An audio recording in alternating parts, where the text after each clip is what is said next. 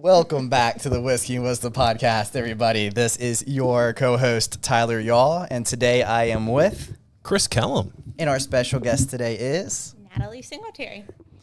Thank you so much for coming on here today and opening up your speakeasy for us as well, too. Excited to be on. Yeah, Thanks for having me.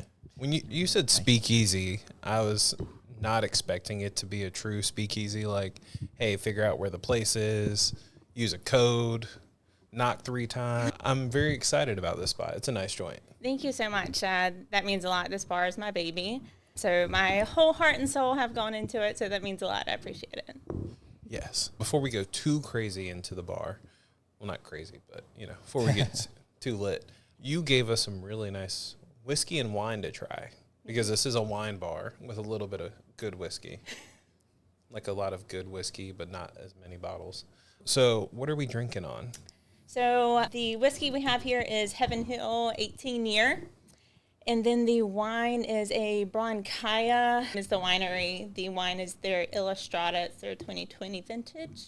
So I actually just got back from this vineyard. So. Oh, wow. Yeah, this was one of my favorite ones I had in Italy.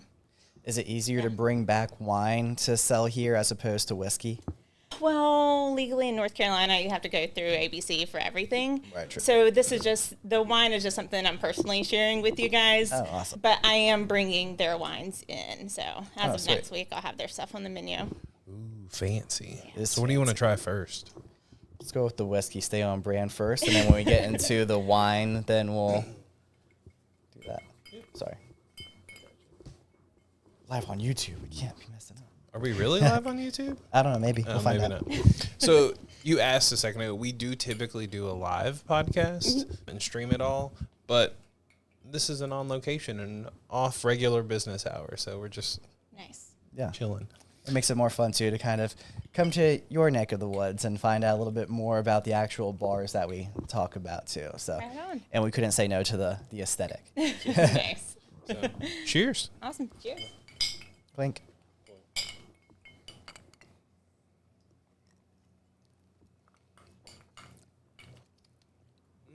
That's good. I'm not a bourbon girly or whiskey girly, and this is pretty nice. I've recently started what I'm calling my bourbon journey, Oh, yeah. so I'm trying to get more into it as of late. Yeah, this is nice. Yeah, it's very... It's a lot more smooth than I was expecting for a 120 proof. Yeah. Because 120 is, Same. for the non-bourbon people out there, is pretty hot, Yeah. typically. This is actually very easy to drink at 120, though. Yeah. I mean, it is an 18-year, so it's rested a little bit more. Right. There's definitely a lot more flavor, and it has a really nice scent to it. Yeah, oaky, vanilla. I get a lot of like almond on it. Yeah, definitely get a lot of vanilla on the nose.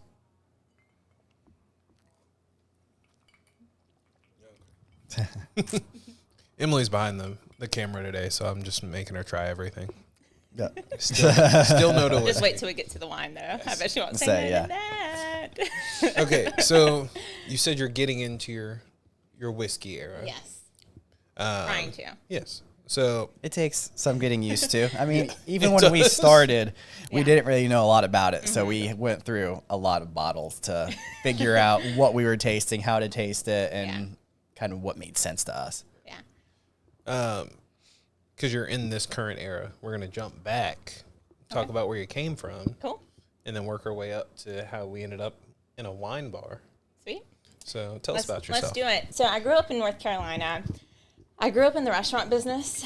So I started bussing tables at like 7 or 8 years old. So waited tables all through high school and college. I started bartending as soon as I turned 21. And then after college, I got into finance. I really accidentally, I was in the car business. So I was in sales. We're good? So I was in sales, and then I worked my way up. I was a business development manager, and then a finance manager in a car dealership. And then I was a market manager for a finance company. That's the job that actually brought me to Wilmington. Oh. And I absolutely fucking hated it. The money was really good, but ultimately I was working 60 hours a week. And I was just dealing with a lot of douchey car salesmen, and I just hated the work. during COVID, I got really into wine, like a lot of people. So I started kind of educating myself on how to enjoy wine more. And then I just kind of found the place first and came up with the idea. I originally had a partner who I bought out a little over a year ago. Thank you. But yeah, so it started with just the one suite that you walk into with the 2 rooms. About 6 months after we opened, I expanded into this space that we're in now, which we call the speakeasy room. You can't see, so just FYI, it's behind a hidden bookshelf door. That's pretty cool. We'll show clips of it. Cool. Right. I might let Tyler do that. Yeah. Thanks. Thank you for that extra editing work. Yeah, people get a kick out of that. And then about 6 months after this expansion, I expanded into the next room, the Blue Velvet room. And then after that, about 8 months later, I opened up the retro room, which is the one behind the sliding mirror hidden doorway. And that was about the same time I rolled out the cocktail program. So it was originally just a wine bar. Wines from all around the world, beer, local craft beer on tap always. And then, I rolled out the cocktail program in October of 2023. So coming up on a year for that, and coming up on our 3-year anniversary.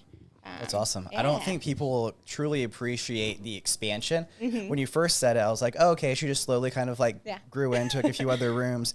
But can you elaborate a little bit more on how each room kind of became its own, and that each one of these were individual offices that leases expired and you had to buy into another lease essentially, right? So I should also say that, it's Why Not Sky Bar and Cocktail Lounge. I don't even think that's the name of my bar. I was waiting. I knew. So Why Not is located at the top of the historic Murkison building downtown. So our views overlook downtown and the Cape Fear River and the Battleship. So it's really cool, and I'm super biased because it's my space, obviously. But there's not many places in Wilmington. There's a few others, but not many where you get an aerial view, right? It's such a flat city. So it's cool. We're a membership bar, so it's cool. Members often have guests in town where they can, show off their city from, a different perspective, right? So each expansion really came out of necessity. We were getting to the point where capacity was an issue. I never want to have to turn away members, of course, that are paying to be here.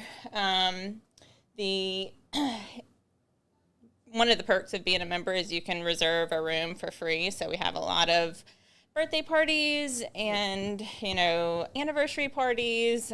We've had quite a few divorce parties and things like that in the smaller rooms. And then we're also an event space, so you can reserve the whole bar.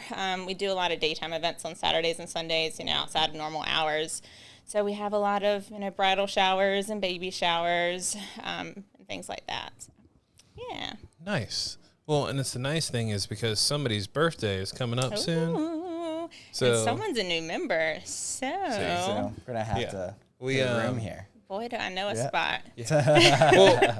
Well, we've come. It's the year of parties above the 5th floor. So his wife, we did a party just down the street. Gorgeous views, but it's summertime and it was real hot. Yeah. And the elevator didn't work. Oh, yeah. And I've also never been in this building, so I think it'll be cool to try and do something for his birthday. Nice. Yeah, it's a really cool building. There's a lot of history here. My grandmother, so I grew up in a small town in Columbus County, and she's told me that she would take the train into town, and her dentist was in this building. Oh, wow. How cool is that, right? That's pretty neat. Yeah. I'm just trying to figure out where this train was. That's what I was thinking. I was like, I didn't know there was a train. Good question. I don't know. Yeah. Well, that was, 60 years ago. No, more than that, 80 years ago. Oh, wow. True. Yeah. Well, it's crazy too because most of the people here are like, oh yeah, I-40 didn't get finished until the 90s. Yeah. Wilmington was really separated on a true highway. You had to do a 2-lane all the way up and down if you wanted to get somewhere. So it's more recent that we have a 2-hour drive to Raleigh versus a 3. Yeah. I joke with one of my friends that live in Raleigh. She lives right off 40. I'm like, oh, yeah, we live right down the road from each other. Pretty much. Because I live right off 42 in, like, Midtown now. Okay, Yeah. So do you like Midtown? I do. I love my home. I've been there like 4.5 years now. I love it. I definitely, it's a more of a starter home, looking to upgrade in the next year or so. But yeah, I like it. I'd rather be closer to downtown, though. I do love downtown. Yeah. I'm like, in reality, you could just rent out a spot, like one building over. That would be nice, and I've actually thought about it. The condo's right behind us, River Place. Yep. But I'm a bit of a workaholic already. Yeah, and don't need to be any closer. the separation from work is nice. I feel like I basically live here. I say I live at the bar and I visit my house. I really would get carried away. Understandable. If I was so close.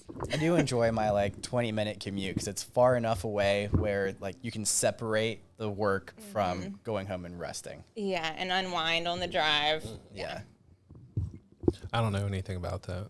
I would say you're right down the road. I mean, we argued. So, like, technically from my house, we are 18 minutes from Mayfair and 18 minutes to the point. So I'm like, can't really go wrong either way. Yeah. Could I have a bigger yard? Sure. Yeah. But. All right, so I want to get back into the wine real quick. Sure. I love talking about wine. So how you're on your bourbon and whiskey journey. I've tried getting into wine like twice, so not much. And every time I start getting into that, I get into something else. So I always tell people different ways to get into whiskey and how to get into it first. So for someone wanting to experience wine in a better light, how should I start looking at wine? So for most people, the problem that they have with wine is that when they start out, they're trying to drink a big, bold cab, and it's just too much, it's too big, it's too bold, way too dry for their current palate, right? So easing your way into it. Do we like cabs? No. Oh, okay. Chris is making innuendos. No worries. So starting with things that you know you like and progressively getting drier. So like the normal pattern would kind of be like starting with whites. So like something like on the sweeter end, like a Pinot Grigio or a Riesling, and then working your way like Sauvignon Blanc, maybe Chenin Blanc, and then getting into like the bigger stuff, like, like you don't want to start, if you're looking at whites, like with the oaky, buttery Chardonnay, right? So that's something you kind of want to work your way into. Right. And then same with reds too. Starting with like red blends is a great idea. Something that's, just lighter bodied, maybe a Gamay or something like that before you step up to the big, bold, cabs and things like that. See, and that's something that people don't tell me. Right. Like, they're like, oh, you want a red? And I'm like, okay. Yeah, I understand that there's multiple types of reds, and it rests, and it has different textures and flavors. But yeah, everyone only knows Cab. What other reds are there? So Cabernet Sauvignon is the most popular grape in the world. So it's like the most well-known, right? But there's so many varietals out there. So like Merlot, Sangiovese. So I could go on and on, but there's millions out there. And then there's hybrids of everything. So like a lot of people don't know, like Cabernet Franc is like the parent of Cabernet Sauvignon. So like it's all genetics, right? So a lot of people don't know that Cabernet Franc and Sauvignon Blanc had a baby, and that's Cabernet Sauvignon, which is the most popular varietal in the world. Learned something new today. So how much more did you know versus how much more did you learn when you went to Italy?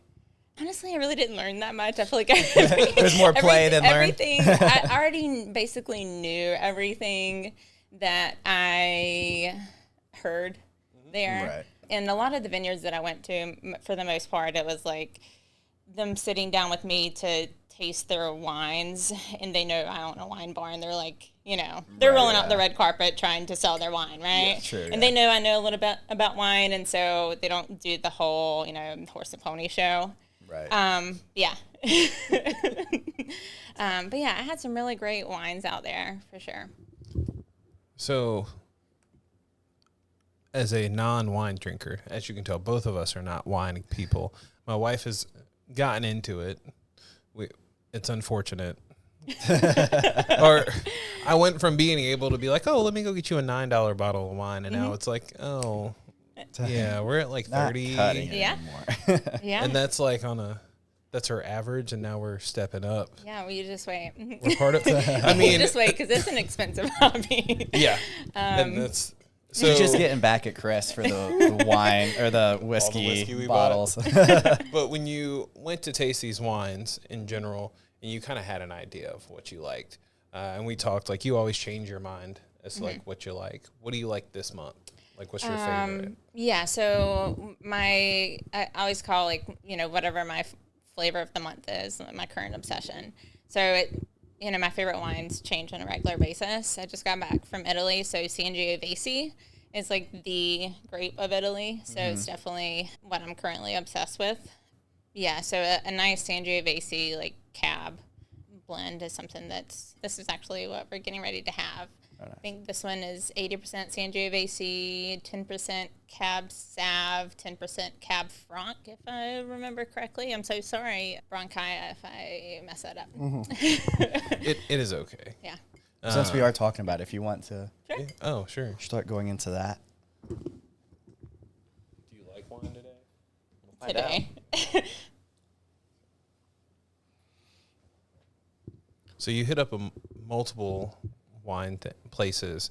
How do they tell you to like enjoy it properly, I guess? So correct me if I'm wrong, because again, I'm not a huge whiskey connoisseur, but I think it's like similar. So swirl, sniff, take a look at the color, take a look at the legs, and then whenever you put it in your mouth, you want to swish it completely around your palate, which is very similar to what you would recommend. Exactly. Yeah. Yeah. Yeah. That's a nice body. Isn't that what you're supposed to say? The way that you said it too. So the body, it's hilarious that you said it before you tried it, Right. because the body is the weight of it on your tongue. So wait, what is the color? Like when we look at it, like, see? This is how you know. But you're doing we're great. like So that's the thing. Semi-educated.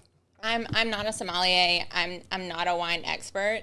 I love teaching people like how to better enjoy wine, and I hate, because wine can be such a snobby thing when people are like, "Oh no, you're not doing it right." I just got to giggle from it. But also, it's like, it's your wine, and if you want to put an ice cube in it, a lot of people would cringe at that. But I'm like, it's your wine. Enjoy it how you want to. You know? Would you be mad if someone put Coke in it though? It's I will hand them a glass of Coke. I am not personally going to do the mixing for them, but again, it's their wine. Do whatever the hell you want to with it, right? It's kind of what we say about whiskey too. Like, there's some like purists out there like, oh no, you can't taint it with ice, even though it does open up some of the flavors inside it too. So before I poured this, we had the conversation. I was like, you want it neat, right? So I was surprised. I've gotten to a point in my life where I know what I can handle. Yeah. And typically anything over 118 is really spicy. And if we're trying other drinks, I don't want to like blow up my palate.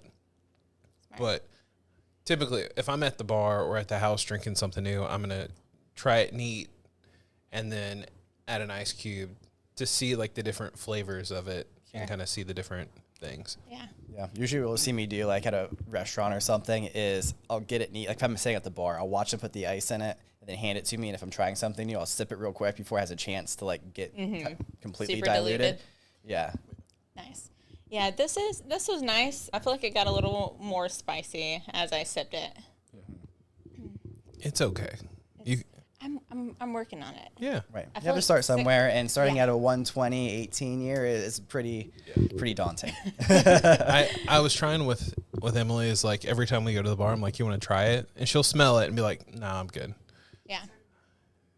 Yeah. I got her on a Macallan 25 once, and that was because it was on special.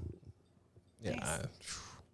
Nice. My partner got a pour of like Boss Hog, something nice pour, and I was like, this was like maybe 8 months ago. I was like, let me try it. And I was like, I hate everything about that. That burned on the way down, and that is that price point. Like, I just can't imagine. It felt mean to my throat. Because that's probably got that big, why would too. I pay to do that to myself, you know? That's, Yeah, true. but also, I do understand that it's like a acquired taste, just like wine. Whenever I started drinking wine, it was in college. My roommate and I would buy $2.50 bottles of oak leaf, Yep. you know, Grigio. And so it's like that's what started getting me into wine. And now I'm, you know, I would rather be sober. See, you're better than me. I got into wine in college, but I went to ECU. So Slap in the bag. Yes. Yeah. we had both. Well, one, we would slap the bag, and two, we would do ice tray races. So you would just fill each little ice cube up with wine, and then the goal was to be the first person to finish your side of the ice tray. So, like, I didn't know any flavors. Like through a straw? Yeah. Okay. Yeah, no, not like just heads up. Okay. Yeah, it was interesting to say the least. But yeah, that's why, like, when I ask people like wine questions, I'm like, this is where I started. So, So ECU, where'd you go to college, or did you? Yeah, I went to UNCW. Oh, nice. Yep. Right on. Nice. So- What did you guys study? I went for operations, and then I went back and got my master's in finance. Nice. So, yeah. Nice. wait, did you go to college? I did. You did better than me. I went to ECU for German studies. Really? Yes, which is why I only lasted a semester. Nice. Well, that and the ice racing. Right. Ice cube racing. Is that what you call it? Yeah, I don't. That was a. Can't tell you like a German, but he'll tell you all about those ice cube races. I know. I could tell if someone's speaking German or Russian or different languages. It's a good start. Across Europe. I can get you there, but I couldn't tell you what they're saying. Yeah. So wait, where'd you go to school? So I went to a small state school, UNCP. Okay. It's well, yeah. So I applied several places and got in several. I was actually going to UNCW. Like, I'd paid my deposit, and I grew up not far from here, so I always loved Wilmington and wanted to eventually settle down here. So I got into UNCW. I was like, that's where I'm going. And then I got all my FAFSA stuff back, and I'd gotten several scholarships to UNCP. And I was like, they're going to pay me to go there. Exactly, yeah. And UNCW, I would come out with a bunch of debt, and it was so much more expensive. So, yeah. Yeah. I mean, UNCP, like, It's a great school. I don't know your age, but I'm saying my current age, I know people where UNCP is like definitely leveled up, and it's like, oh, this is I don't know why people talk wrestlers down about it. Yeah. Nice, yeah. Wrestlers. I mean, it's a great school. I really enjoyed it. In hindsight, I never used my degrees, but I had such a great time, and I feel like I met like a lot of my like best friends there. I wouldn't change it for the world. Degrees, like multiple. Yeah. What you got? So I double majored in psychology and criminal justice with a minor in sociology and a concentration in substance abuse. Well, you work at a bar, so all of that makes sense now. It does. So I did all of that to get into law school. I did all that. I did it in 4 years, got into law school, and then I was like, holy shit, I don't think I want to be an attorney. I feel like it was like I said I wanted to be an attorney when I was little, and like my family like really wanted me to be one, so I like worked my ass off to get there, and then I was like, I don't think this is what I really want to do for myself. Yeah. So That's really Found out early, though, which is the most important part. yeah. I took the LSAT and everything. I got into a couple law schools. And then again, same thing. I was like, this is going to be so expensive. I'm going to come out like at least $100,000 in debt to have a career that I fucking hate. But then I got in the car business, but I was making 6 figures a year and still fucking hated it. Right. Yeah. So now, Cassie, a really fast question. Go ahead. A wine question. send it. Yeah. So I know a lot of people, when they get a glass like this, they hold it like that. You're not supposed to, right? Correct. So you want to hold it by the stem or by the base. because you don't want to heat up the wine too much. That's yeah, right. Okay. so to keep the temperature you want it. Actually, I do a tasting here. So I have several friends that are sommeliers that, one in particular, shout out another small business. The Wine Gal, my friend Amanda, she's a somm. She's really great. She's done a lot of tastings here for me. And so when I have a lot of people that will request, lead tastings and teach them a little bit about wine. So I have the option, do you want a sommelier to come in? Or do you want me to lead it? And I just do, these are basics. I know a little bit about wine, but I'm not an expert. And those are the kind of things that I teach people is to swirl and sniff and to grab it by the, the stem or the base instead of the bulb. Yeah. Nice. So we'll have to link up. I'm always thinking of new ideas and ways to get people in the community involved. I work at Reed, so everyone wants jewelry. Yeah. And that leads me to my next thought. You like to be involved with the community also, right? Yes. So I am pretty heavily integrated with the community. Whenever I opened Why Not? I had service industry experience. It had been years since I'd worked in the service industry. But I reached out to several businesses downtown that didn't want anything to do with me. It was I was starting a new spot. There was competition, and there was no one wanted to collaborate, that kind of thing. So I've started this women-owned business support initiative. So I do a monthly event. It's called Sip and Shop. It's a bar and boutique crawl. So it's all women-owned businesses. So you get a ticket, and it starts here typically where you get a drink. My friend Carrie that owns the Vine, which is another fabulous spot, she's always on board. So you get a drink there. And then sometimes we include another woman-owned bar, but not always. But there's always at least 5 or 6 women-owned boutiques downtown that will set up a wine station inside their stores and offer discounts on, all of their merchandise. So we normally have 50 to 60 women that, it's just driving traffic to everyone's business. It's a really cool thing. I've collaborated with a lot of local businesses in town. I like this concept and idea a lot better than the classic bar crawl. Yeah. When you have 100 to 200 people that are just wasted off of random margaritas or any, 4th of July mixes. Yeah. So I like what you're doing. Oh, sorry. Wait, I got you. Oh, sorry. I'm going to kick you. That one likes to get lazy every once in a while. Awesome. Okay. Perfect. Better? Yep. Sweet. Cool. The joys of on location. Oh, absolutely. We're always fixing little things. So what do you guys think about this wine? I actually liked it. Yeah, it's actually really good. I was going to say, this is very approachable, but I'm sure for the price of it, it should be, right? Yeah, I mean, it's not crazy, but it's a nice wine. So I was worried that it would have bottle shock. So bottle shock is when you have a wine that has been transported. So whether it's, flight or train or car or whatever, whenever it shakes too much, it over oxidizes the wine, and then sometimes it can take a while to get back to its normal taste. It actually alters the flavor. But this tastes just like it did on the vineyard. Oh, nice. Chris decided to froth one of our whiskeys before. It was not a good idea. Yeah, it wasn't. The whiskey was very young in the first place, so when you frothed it, you took out any added flavor that was actually there. It was just gotcha. Plain fuel at that point. I learned my lesson. Funny.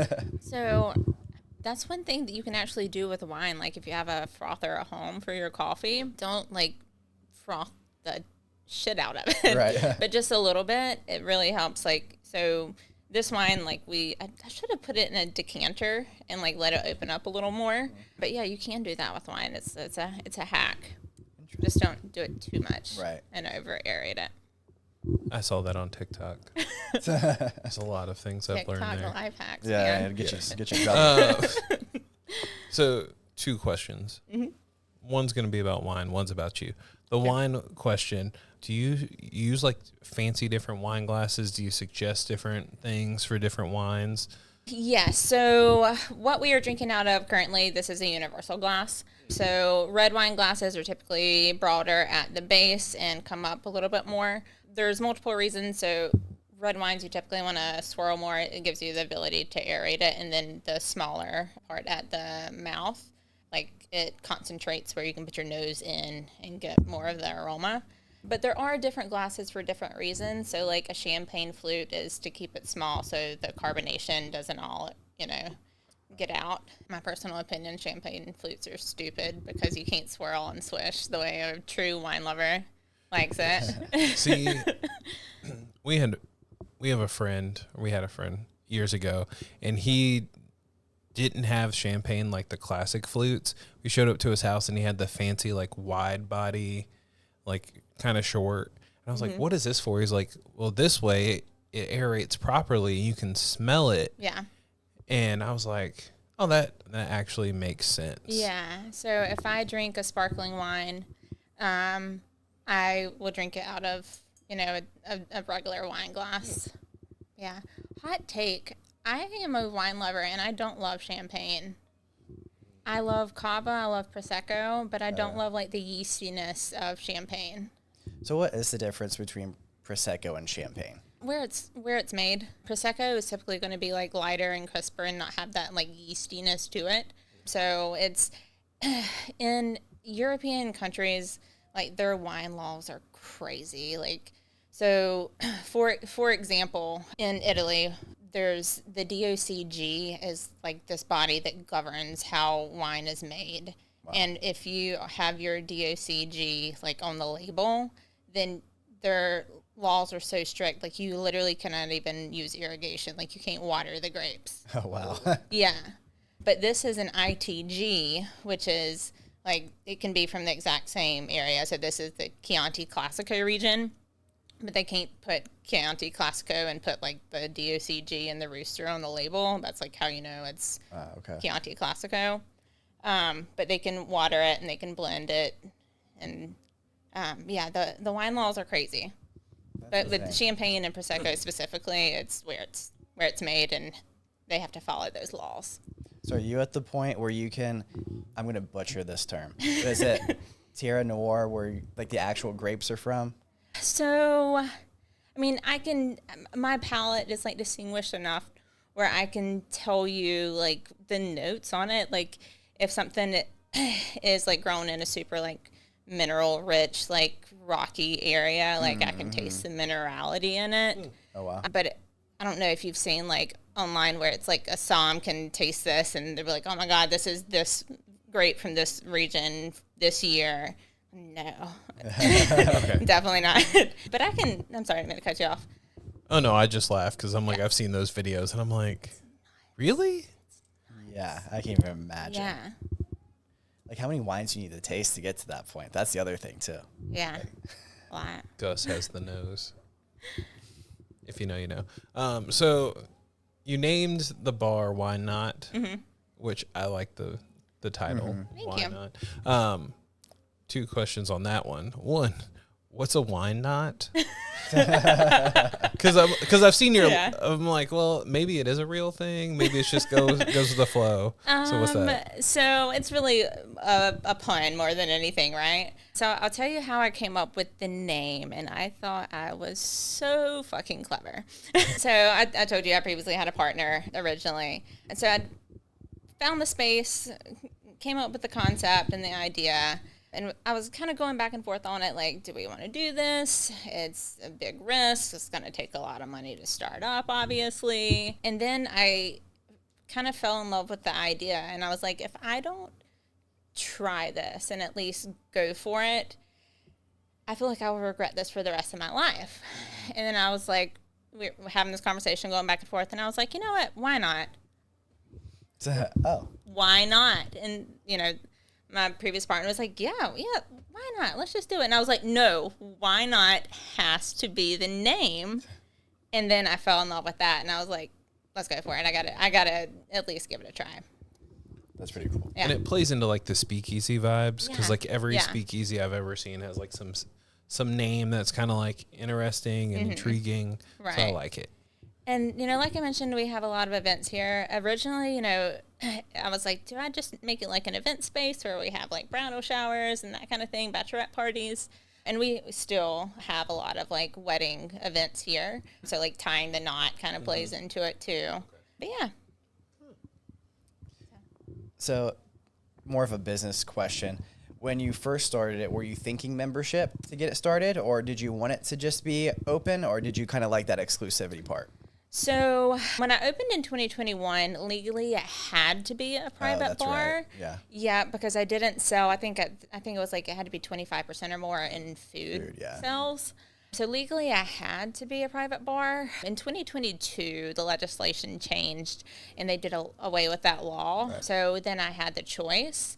But by that point, you know, I decided that, well, whenever I created the space originally, I wanted a space where, like, someone, at the time I was 30 whenever I opened, and I was kind of, like, over the college bar scene and the loud music, and I wanted to, like, create a space where you could, like, sit down and have a conversation, right?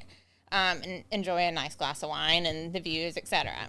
So whenever the legislation changed, I had already had, of course, so many members at that point that had paid the membership fee. Right. And I really love having the exclusivity. You know, it weeds out the riffraff and the college kids, thank God.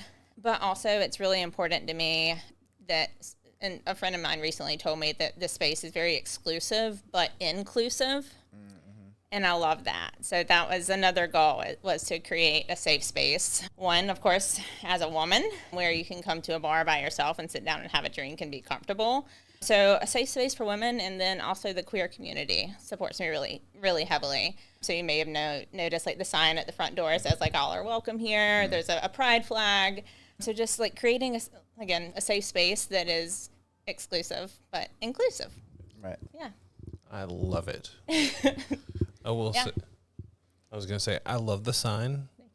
I also love the views. I had to put it out there. Like, you got some of the best views in town. They never get That old. far, yeah. Yes. Yeah. So I've been here for 13, 14 years, not quite as long as Chris, but getting there. I know, it never happens, but I can say it. But yeah, same thing. Just looking out over the riverway is just amazing. And the battleship out there, it's a great spot. Yeah, thank you. That means a lot. Yeah, the petitions to preserve the space across the river, I'm very happy that, green space was saved. Same, yeah. Yeah. Please, if it ever comes up, we do not need more apartments across the river. No.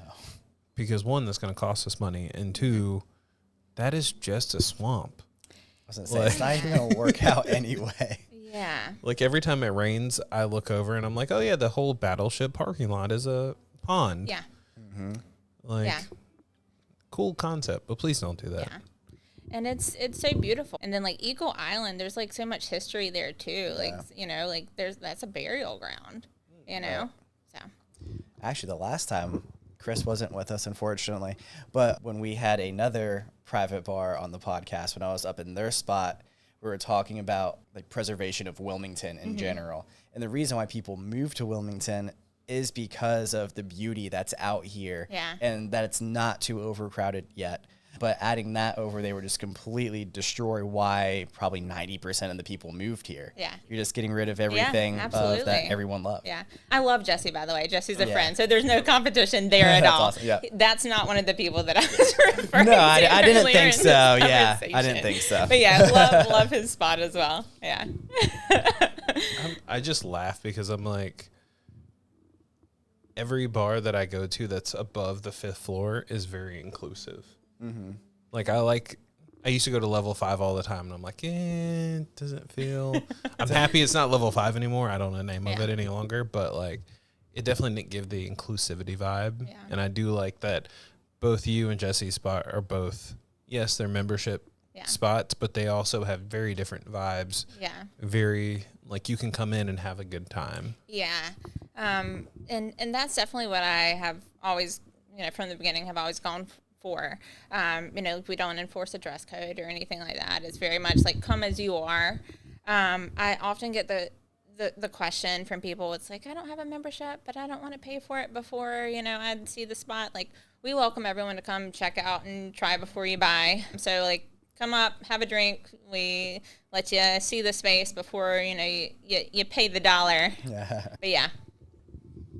I love that. I also like that it's on the opposite side too, since we did bring up Jesse's place too. Because no matter where you're at, the way that he put it kind of describes it best, and I love that this is down here too, is after you've hit up the few couple places where it's not exclusive, it's nice to get away for a little bit. It's like, okay, I've had the fun and the hustle and bustle. Let me get a drink, unwind somewhere where I know it's not going to be completely packed out, where I can trust the people up there and be a little bit more myself, right? Yeah, absolutely. That, or also we have a lot of people that will come enjoy the sunset and have a nice like pre-dinner drink, and then, you know, after dinner come have a nightcap. Right. You know, before they go home or before they go out to those wild bars to dance and do all of that fun stuff, right?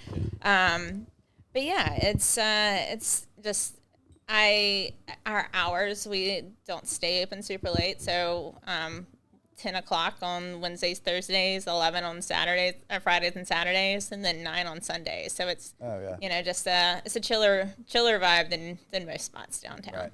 Well, it's great too because like this building is very historic, but they have new restaurants built behind you. So like if you go to Mellow Mushroom, you go to Ruth's Chris, you can pay for a really nice dinner and then come up here and not have to pay the Ruth's Chris price for a drink and just enjoy the sunset, enjoy the vibe. It does make sense as to why, like, I've seen a lot of videos of you guys in Ruth's Chris. I didn't realize, like, you were this close. I didn't either. I didn't realize it was like... we're right behind it. I love downtown. I do. It's like there's always something fun going on, but it has, you know, so much character, and it just feels homey, you know. I heard through the grapevine that there may be something else coming in the future. Yes. So I do have a second location currently in the works. So stay tuned. We have a spot for it and a name for it, but that's about all the information that I can give. No big spoilers right now. Yeah, no very specific details. What that means is anyone listening has to go, and if you're not following, why not yet? On Instagram and all the socials, you need to go do that to make sure you find out. Absolutely, 100%. Is it going to be another Sky Bar, or is it going to be like... No, not another Sky Bar. Oh. Yeah. Yeah. Understandable. You know, there's just not many spaces downtown for that. I'm sitting up here right now, and you're just like seeing over every building. I'm open one in the old PCD building. Right. Yeah. I'm so surprised they didn't put a bar in that building. I don't think Sapphire was going to give up his office up there. It's so funny. I was listening to Pete's episode from your podcast, and you guys were talking about that in the last one, and none of you like knew that I was here at that time, I think, and it's you're talking about how it would be so genius to put a bar in an office building. So you took her idea. I'm just kidding. Yeah, our podcast I was going to say our bar has definitely been here. Yeah. The bar has been here longer than our podcast has been around. Right. Yes. When did you start the podcast again? We're coming on 3 years. 2022. Okay. Yeah. Nice. Yeah. Right on. Yeah, we Congratulations. Yeah, thanks. We do need to have an anniversary party. We do. Oh, we I know a spot? We skipped our 1 year, and we had a 1.5 year party. Nice. Right. And then we haven't had a 2 year, and we're coming up on 3. So we should probably plan that. Yeah, we should start getting on that. Yeah. There you go. I know who to contact now. Yes. So I always have some silly off the wall question for everybody. Shoot. And so mine for you is, what is the favorite cocktail you have on your menu? Because I know you're not like the cocktail person. You have a cocktail. So I am definitely more of a wine person, but I do love cocktails, specifically gin and tequila. Yep. Not together. Not together.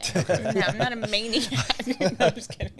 My favorite cocktail on the current menu is we call it a Subtle Keys. It is a spin on a French 75. So it's a gin cocktail, but it's like a key lime pie French 75. My two favorite things together. Yeah, it's a nice frothy egg white cocktail, and it's like key lime pie in your mouth, and we grate fresh nutmeg on top, and it's nice. So we are finishing up the summer cocktail menu and getting ready to roll out the fall cocktail menu.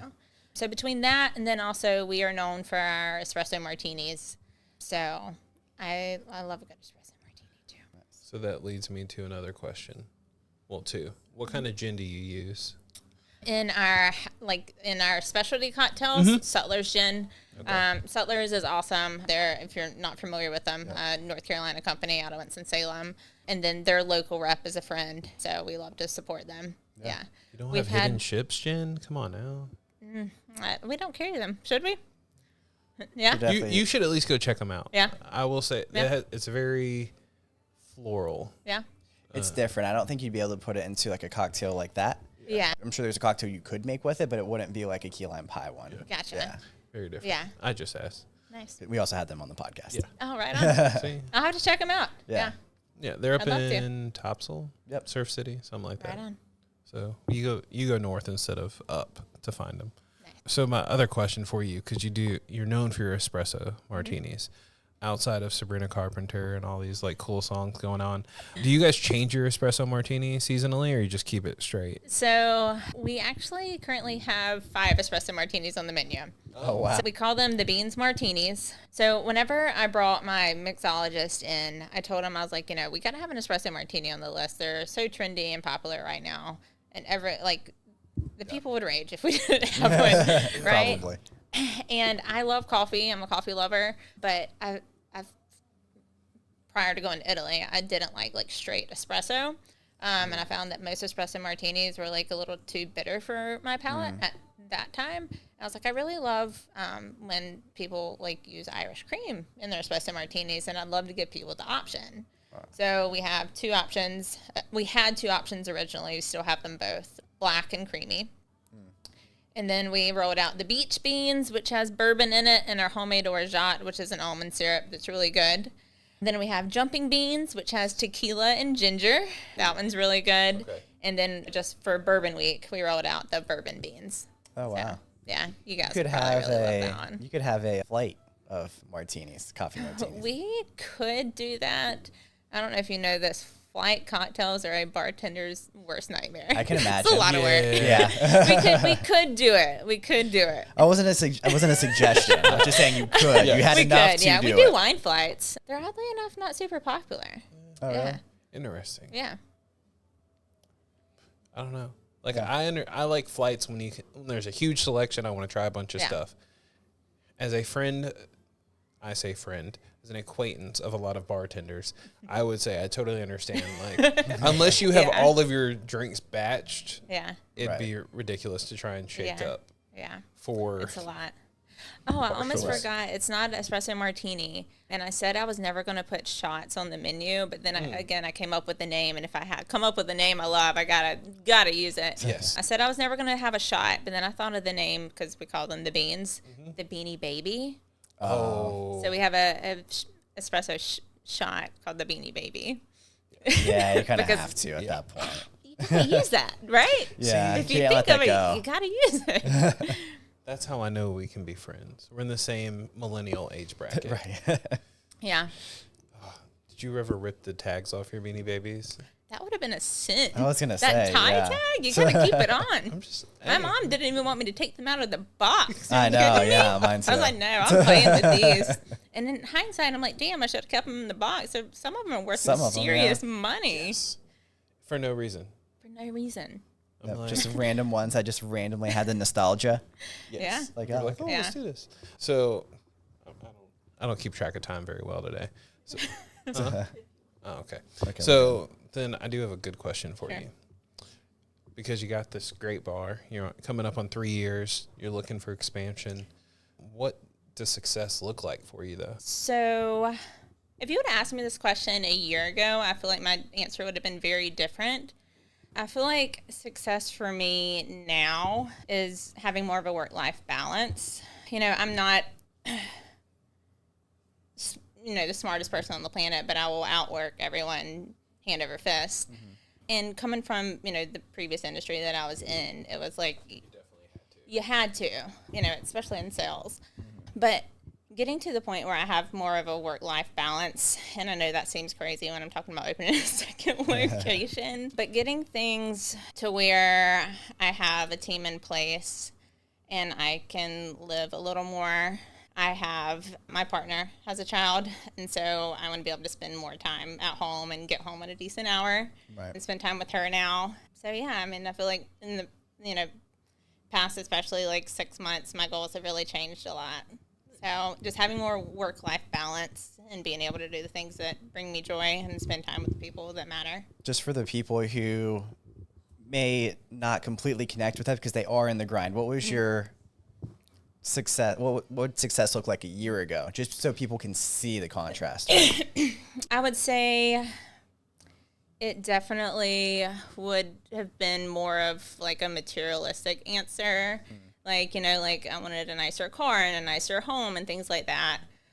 My partner, Pete, he asked me whenever we first like started seeing each other, he was like, what's your why? Like, what's your reason why? Because he's like a super motivated person, right? And like I jokingly said, but it was not a joke at all. I was like, I really like seafood towers on a nice terrace. And now it's like, that's a good one though. I say, yeah. Well, yeah, who doesn't like a nice seafood tower on a terrace, right? But also it's like being able to do the things that bring me joy and again, spend time. I do want to be able to travel more. So like we just did this like 2-week long trip and like both came home like so super motivated because it's like, yeah, I want to be able to do stuff like that more. And I want to be able to, in a couple years, like bring the baby. Well, she won't be a baby then, and I eventually like, do want to have a family of my own as well, which so just being able to have more time. Yeah. I love it. My final question for you then, since we were looking forward with that question, looking back, if you could tell your younger self one thing, what would it be? I really, and it's still something that I struggle with, but I really used to struggle terribly with anxiety. And I feel like in the past, honestly, if you'd asked me to do this podcast a year ago, I would have told you no. Like, it's something like being in front of a camera was like so uncomfortable to me. Just like dealing with my anxiety is something that I feel like I put like on the back burner for a while. And like wouldn't like just like kind of face head on.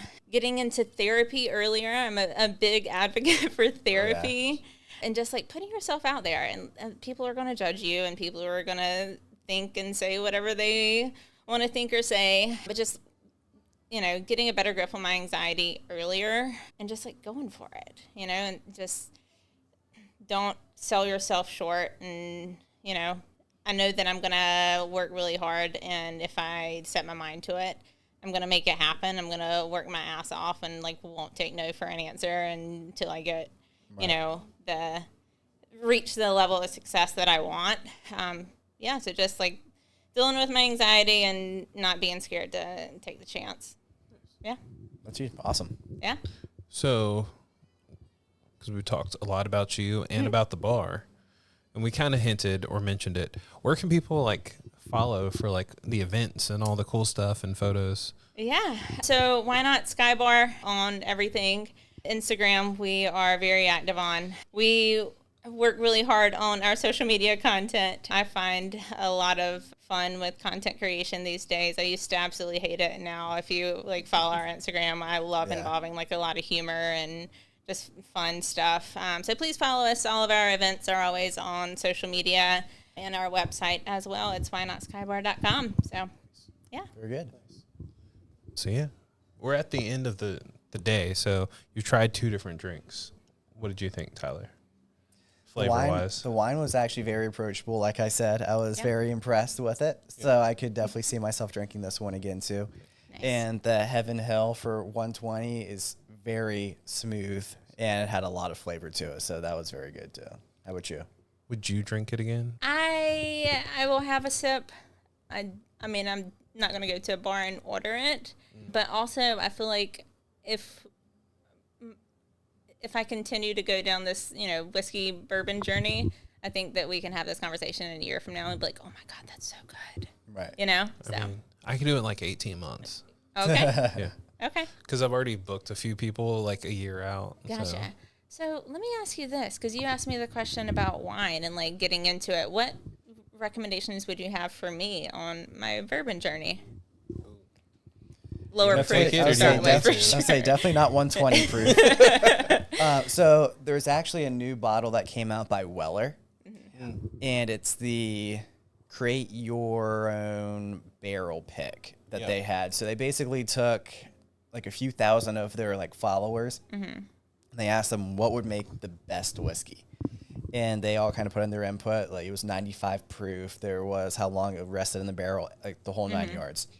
It actually came out really nice. It's very different than what a typical whiskey or bourbon would taste like. It's a little bit sweeter, but I think you would like something there. So it's 95 proof, so it's not going to burn you the whole way down. And it also kind of has like a vanilla caramel flavor to it. So that one's a really good way to kind of get into it, but something that's a little bit less hot and then has a more of a approachable flavor palette. So you probably don't want something that's too like leathery to start out with, and maybe something a little bit kind of, I guess it depends too. If you like something that's drier, maybe you would like the leathery type of flavor a little bit more. But see, I go super basic. I say under 100 toasted. Gotcha. You should be like, it's a good starter point. I'll show you our reserve list too. So we have like Weller 12. I think we have Weller 18. We have like Basil Hayden Toast, Basil Hayden Wine Cast, like a couple Eagle Rare options. the Basil Haydens in general are a good way to start too. Yeah. Yeah. Do you like those? I have found that my favorite old fashions have Basil Hayden in them. When I'm making recommendations for people that aren't huge whiskey people, that's I always steer them towards Basil Hayden. Yeah. Nice. Yeah. Yeah, I go back and forth because with the podcast, we've tried everything from, what is that? Foolproof in bottles.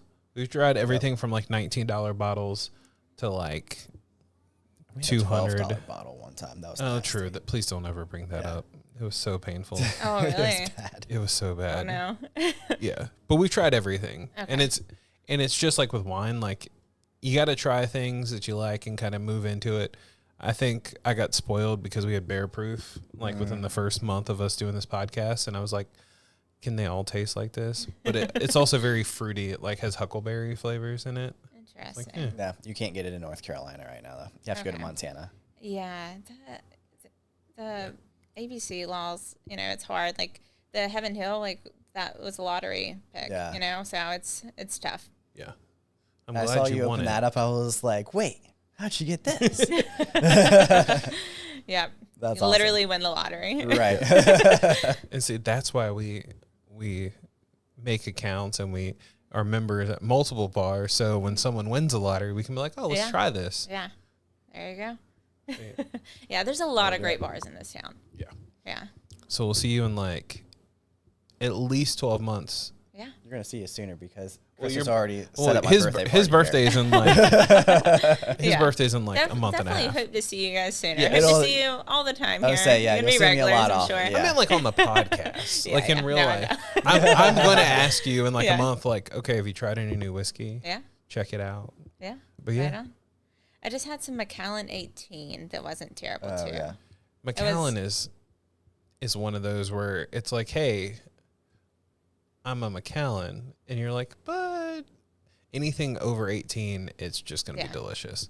It's kind of annoying because I'm like, I don't want to spend that much money. Yeah. But it's worth it. Same It's good, with though. wines though, like Yeah. the age stuff. Yeah. Get what you pay for, as they say.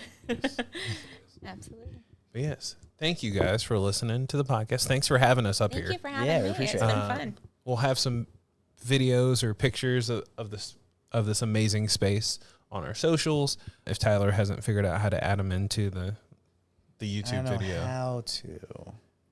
we can figure it out. Okay. Over the spots where like you walked in front of the camera, like that'd be perfect. I'm like, Okay, just perfect. Yeah. but yeah, Also, this is something we should have talked about before. We can do like a promo code for discounts on memberships or something. That's like Oh, yeah. promo code. Oh, let's say promo code whiskey.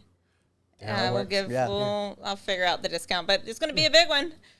Sweet. We'll do it. so check us out. Get a membership. Promo code whiskey at the winenotskybar.com. Yeah.